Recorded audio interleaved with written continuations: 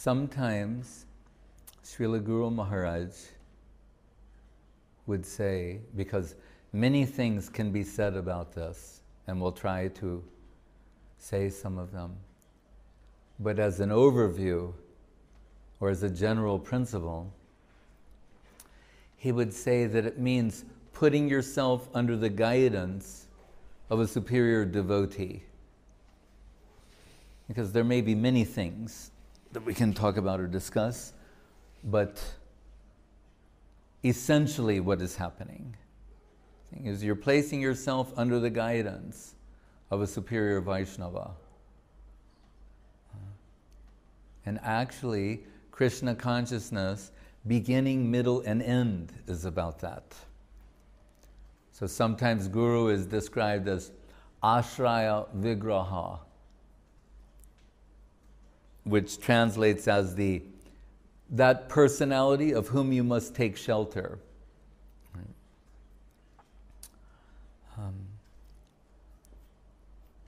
The Guru principle, in principle, is Krishna revealing himself to you.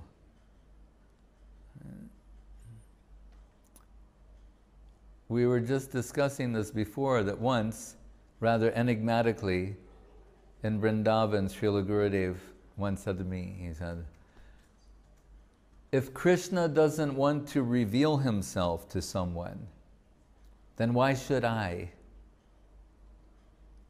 And that was a peculiar statement coming from someone who's connecting so many people with Krishna. But he was saying from another point of view, he was addressing what needs to be understood is that Krishna's divine will has to be in the background. This is what is most important, is that it is the will of Krishna to reveal himself to someone. It's Krishna's will to make himself known to someone. And that means to the degree, through a particular agency, all the different things that we may consider. In the background has to be Krishna's will. And we're trying to sync our will with the will of Krishna. So in a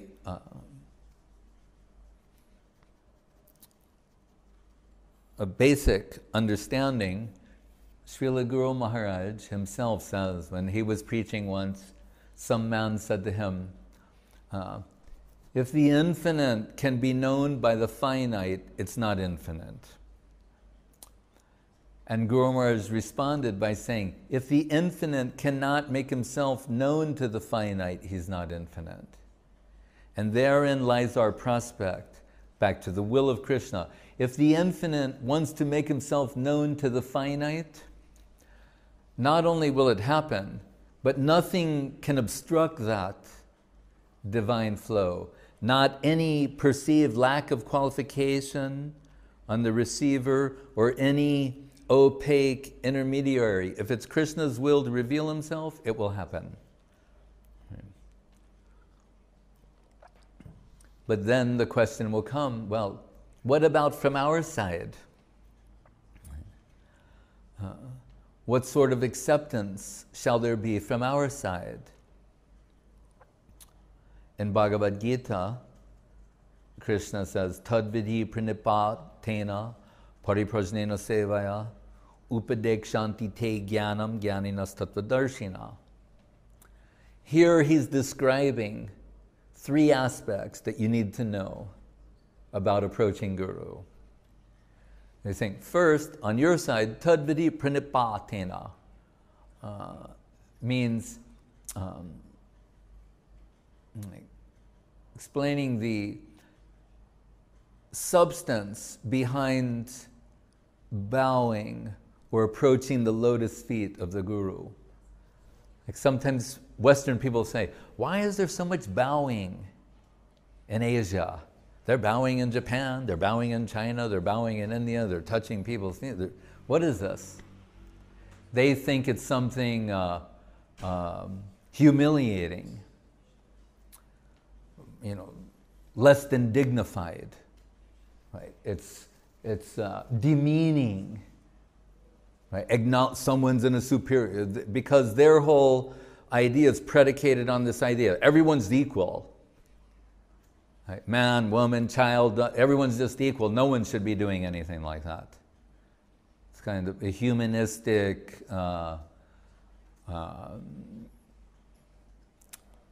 humanism. Just, you don't have to say more than that. It's humanism. It's a humanistic notion. But what it is, at the basis of it, is acknowledging that I'm approaching a superior. And this is not only an Eastern thing. This has been there in the West also. It's still in the West, but maybe not as much as before. The idea that there's a student and a teacher, and the student should be respectful in their approach to the teacher. And even the primary teacher. When the children go to school, the parents tell them to treat the teacher with great respect. Because they know if they treat the teacher with great respect, they're going to learn. If they tell them, actually, your teacher is just a young girl. Right? You have some little children, maybe the teacher's 18, 19, 20 years old. You go, actually, she's just a young girl. She doesn't know so much either. I mean, she knows what she needs to teach you, but she's deficient in many different ways. If they give the children the impression that they don't have to take her seriously, they're not going to learn anything. They're not going to benefit in that relationship. So pranipatena means bowing is the acknowledgement that my highest aspect, which we generally take physically to be the head, we can say the head, mind, intellect, heart, whatever you want to say. I'm bowing the highest aspect of myself to the least aspect of the guru world, of the spiritual world. So I'm taking the highest aspect of me, offering it, subordinating it to the least aspect. That's the proper approach.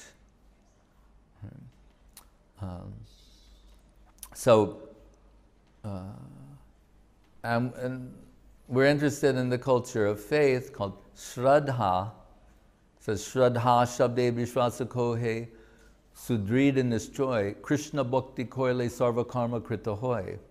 What is faith defined as? Belief that if I just dedicate my energy in this one place, I don't have any other obligation.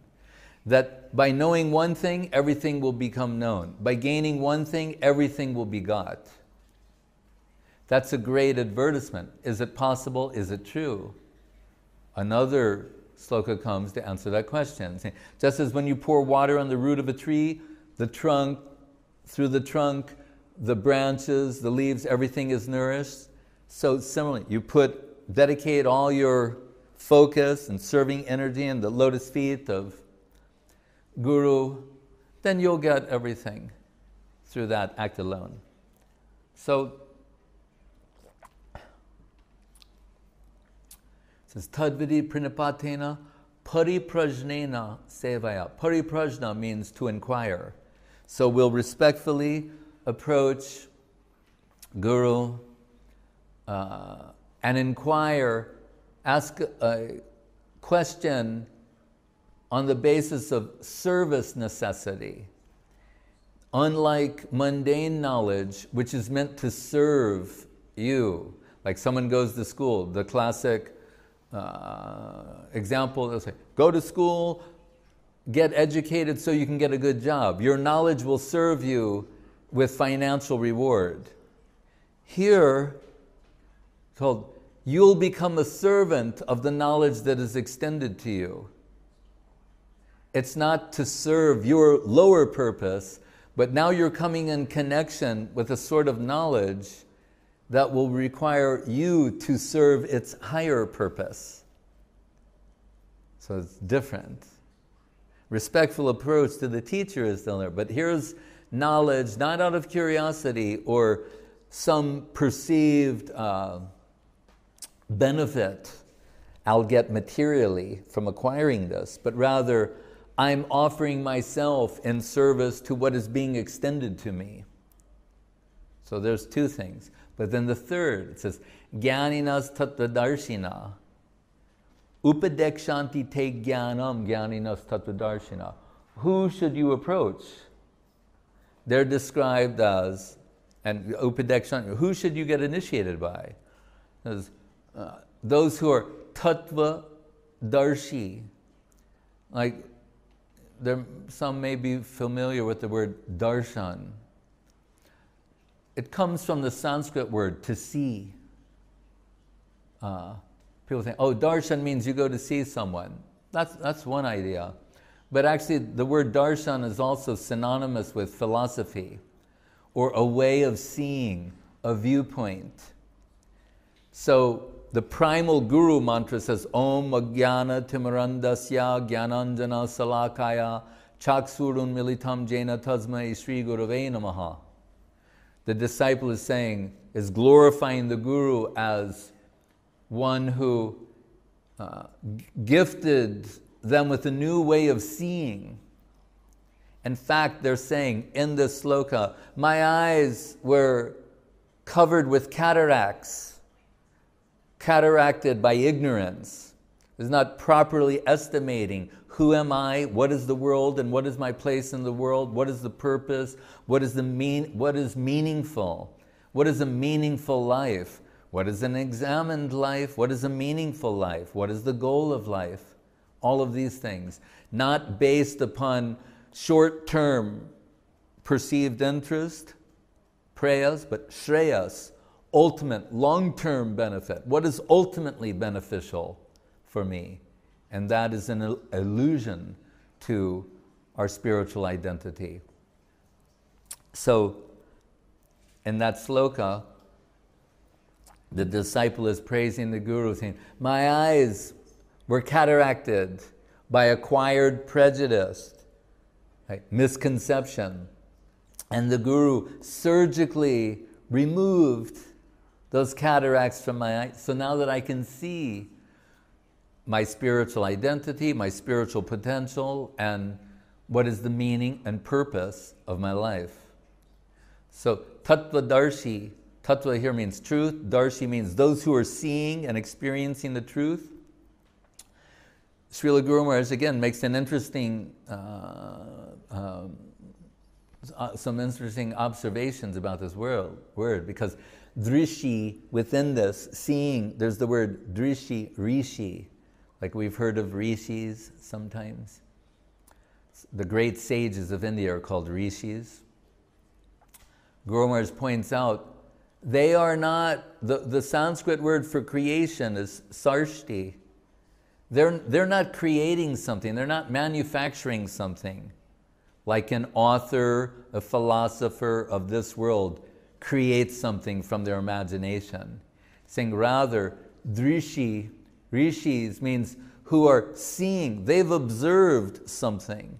They've observed, seen the truth, and they're sharing those observations. That's what it is. So those who are seeing and experiencing the truth, they're, Sadhu, Shastra, Guru, Vaishnava, these things, the revealed truth in the form of the scriptures, and saints, we're told, are living scriptures. They're qualified. Just like if a lawyer in the class, like a stock photo of a lawyer, you'll see the lawyer at the desk sitting in front of a wall of law books. Right? And the idea being, you approach this person and they're familiar, intimately, comprehensively familiar with what's in those books, and they're going to extract from those books what is relevant to your case, to your situation. And you say, so the revealed truth is like that wall of books, all these scriptures. So the saints are like living scriptures. They understand substantially what the content is, And it's not some sort of passive substance. It's a passive posing of a book, but there's spiritually conscious substance within the pages of these books. So we want a living interpretation through a living agent that's relevant to our life, the life we're living. Living truth through a living agent that's relevant to the life you're living. That we want. That is what we need. So, another verse Guru Maharaj like to quote in this regard is, Vidyadbi sevita shadbi nityam advesha ragibi hridayena brinu gyato yodarmastha nibodhata. And again, these qualifications, the familiarity with the revealed truth in the form of the scriptures, some a detached position from mundane pursuit and mundane activities. And this, the last part of this is interesting. It says, Hridayena Branu Gato. How do you know? Right? This is a big question. Here it says, Hridayena Branu Gato. The heart will know. So on the checklist, we're saying the revealed truth, living, interpretation, all these other things. But then how do you know? Saying your heart will recognize that. And then you say, what if I'm wrong? Sometimes my heart I thought about some particular relationship that the heart is supposed to know about, and it was wrong. I was wrong. Right? I've lived and learned to say, I was wrong. My heart was deceived, or I deceived myself. I'm not sure. So I don't want this to happen for this type of choice, that I'll impose some idea I have of what is a guru. What I have some romantic idea of what is a guru, some stereotypical idea, criteria of what a guru should be, and then I'm going to impose that on a particular person and say, oh, that's my guru. Or on the basis of some sentimental notion. Like Guru Maharaj told the story of where we call it the lady and the mullah. The mullah meaning the Muslim priest, teacher. He's lecturing on the Quran, and there's one lady in the back. She's tears are, and he's speaking, and she's crying. And at the end, it's piqued his interest. Like, he calls her forward and said, Madam, what is it about my talk that moved you so much? And she said, oh, I used to have a little she-goat, and she had a beard just like yours, and when she would eat her food, her head would move, and just the way you move your head would move. And I miss her so much. So,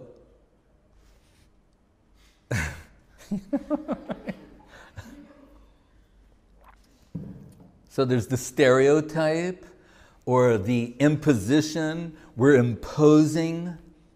We don't want to do that. So what are we left with is our sincerity. Krishna and Arjuna have a similar conversation in Bhagavad Gita. And Arjuna's wondering not only some of the things that you said, but he's thinking, what about also, I dedicate myself to this, I pursue this, and I don't achieve perfection. Then all that time I could have been cultivating like my mundane life. I put all that time and energy in spiritual cultivation, but I didn't achieve perfection there. It seems like I lose out in both worlds. And a famous sloka, Krishna says, Nahi kalyana krit kaschid Durgatim tatagacchati. He said, that which is kalyan means auspicious, or as I said before, ultimately beneficial. Saying to whatever degree you get involved in this, it's good for you permanently. Whereas even materially, if you cultivate something perfectly, it will be taken away from you or you will vanish. One or the other is going to happen. Like I mentioned sometimes about the Shan song, the Russian songs.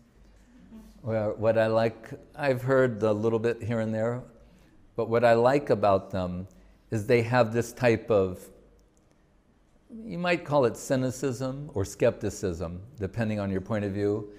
But it's this theme where they say, well, maybe everything's going good today, but tomorrow, you know, because this is Russia, we're not talking about the rest of the world.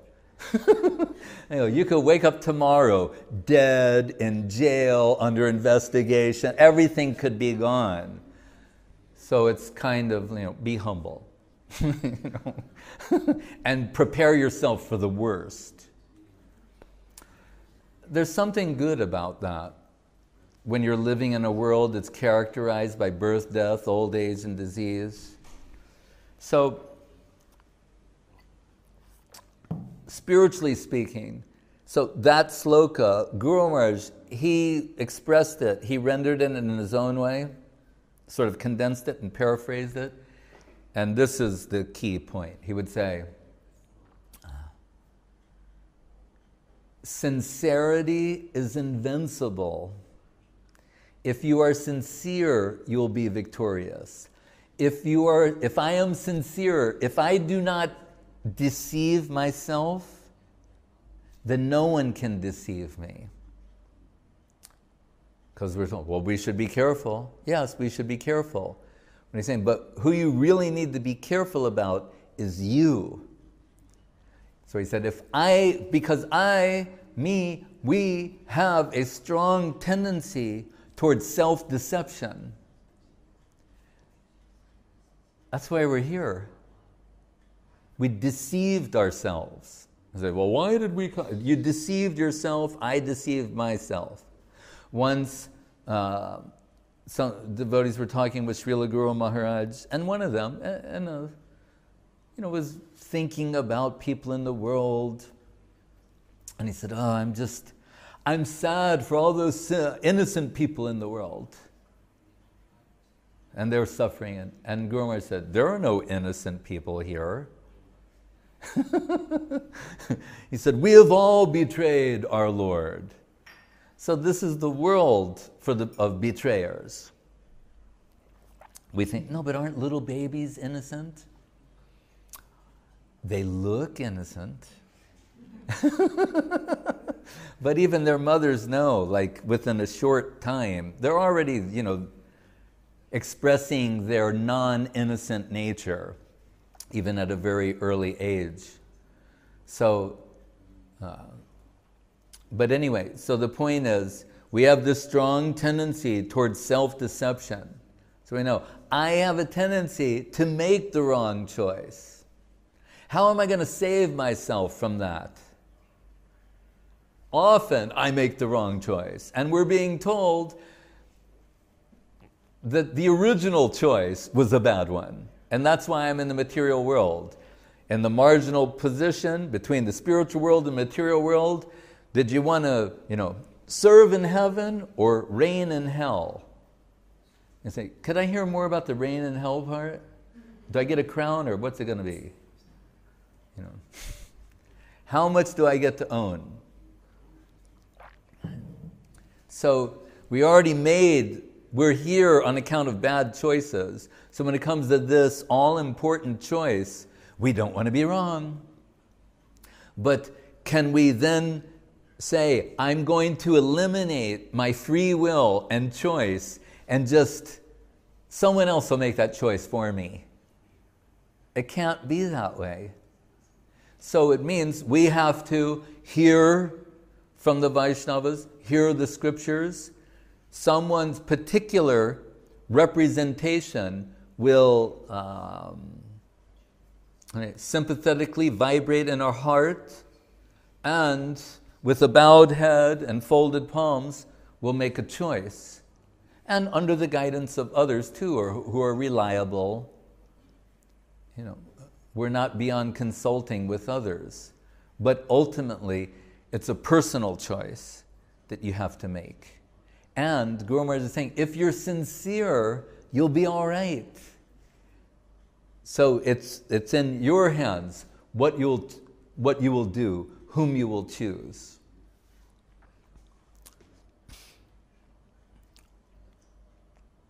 Once Guru Maharaj said to me, when I was coming in closer connection with his holy lotus feet, and we had discussed many, many things, and he said, I can't believe he said this, but he did say it. He said, and we're alone, because someone wanted to know why he's so special. They thought they had connection with different gurus, and we've heard so many things are being said. You're such a great guru, and you have some special recognition from Saraswati. All these, and the devotees are saying like, prove it, show me.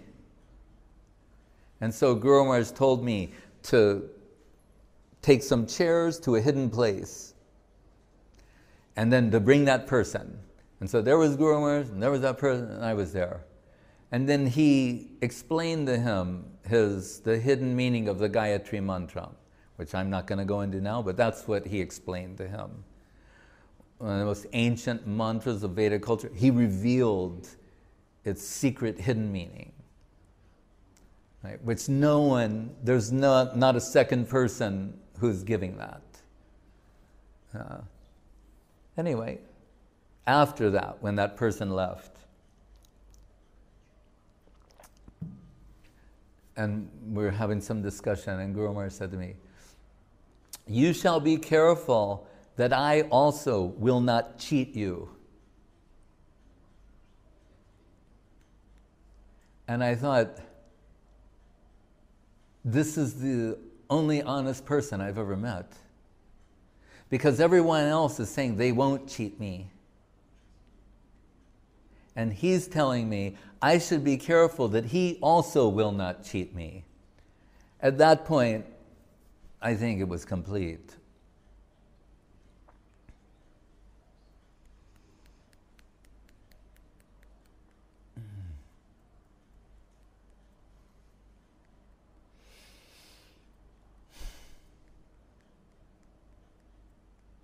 So two things are there.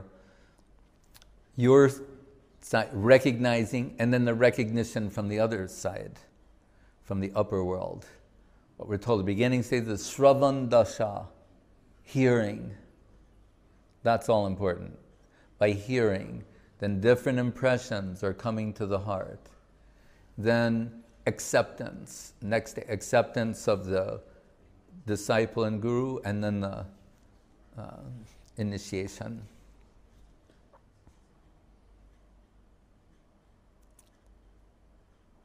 But really, Guru Maharaj is also told that saying, Krishna conception should be allowed to land in the heart. It's entering through the ear. There's a sound is all. We have to be very careful about what sounds we listen to, because sound goes to the heart. Pravishta karna randrena swanam bhavam suroruham dunoti shamalam Krishna shaliyasya yata sharat.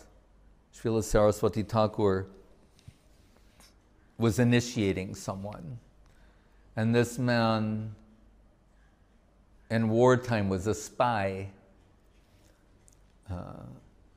by occupation. So Saraswati Thakur was inspired to give some sort of like military example. So he said to him, Krishna conception should be allowed to land in your heart. He said, just the way the Navy carries the army in a boat, and then they reach the shore, then the boat opens up and all the soldiers come out, And then they plant a flag, the flag of that country, and claim that land. And then gradually they start capturing more land and more land and more land. So Saraswati Thakur said, let the Krishna conception land in your heart. Krishna will plant his flag there. And then he said, and Krishna says, all these others, the other desires, misconceptions, you're all trespassers. Get out. And then the fight begins between Krishna conception and Mayak misconception, misconceived identities, acquired prejudices, acquired tendencies. It's a fight that goes on. But then Krishna starts capturing more and more heart. And he said, and Krishna, he won't tolerate a lean holder. I mean, like someone with a all right, 80% of the heart is Krishna, 20%. He's not that type of person. He says, I declare this whole heart belongs to me and me alone, and my devotees. So when is the flag planted? Jnane prayasamudapasanamanteeva jivanti sanmukharitam bhavadi abartam. When we hear Krishna conception from a substantial agent, the flag of Krishna conception is planted in your heart, and the rest is a formality.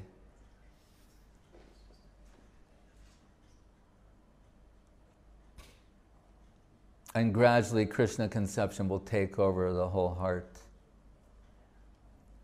So the experts say, when they identify that that has taken place, they say, today or tomorrow, that person will get everything. It's just a matter of time. They're not even interested in the time calculation at that point.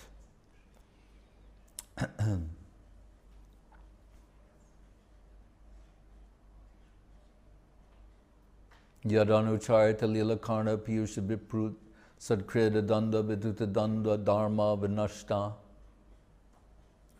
Srimati Radharani herself says, one drop of this talking about Krishna can dissolve all the misconceptions of the heart and all illusions, everything, and you're finished.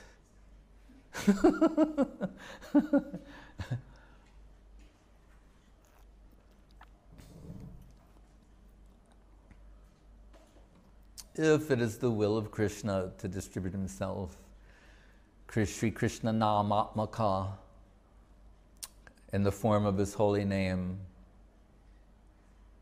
It's amazing how through sound, the complete conception of the infinite enters the heart. Through something that appears to be finite, a finite sound, the sum total of the infinite appears. Krishti Kritachetasam Sumanasam Uchchatanam Changhasang Achandala Mukalo Kasulabo Basha Chamukti Sriya No Diksham Na Chasatkriam Na Purushcharjam Managikshate Mantro Yam Rasanas Prageva Palati Sri Krishna Namatmaka. Krishna, he just springs out of the soil according to his own necessity. Once Saraswati Thakur said it was like cow breeding. Because Krishna's a cowherd. Sometimes he's called Govinda or Gopal. So, and we've seen this, they have a bull and then cows. And with the potent bull, they generate more and more and more cows without any consideration of, like, this is a high-class Swiss cow, you know, from Porrentruy in Switzerland. This is a street cow.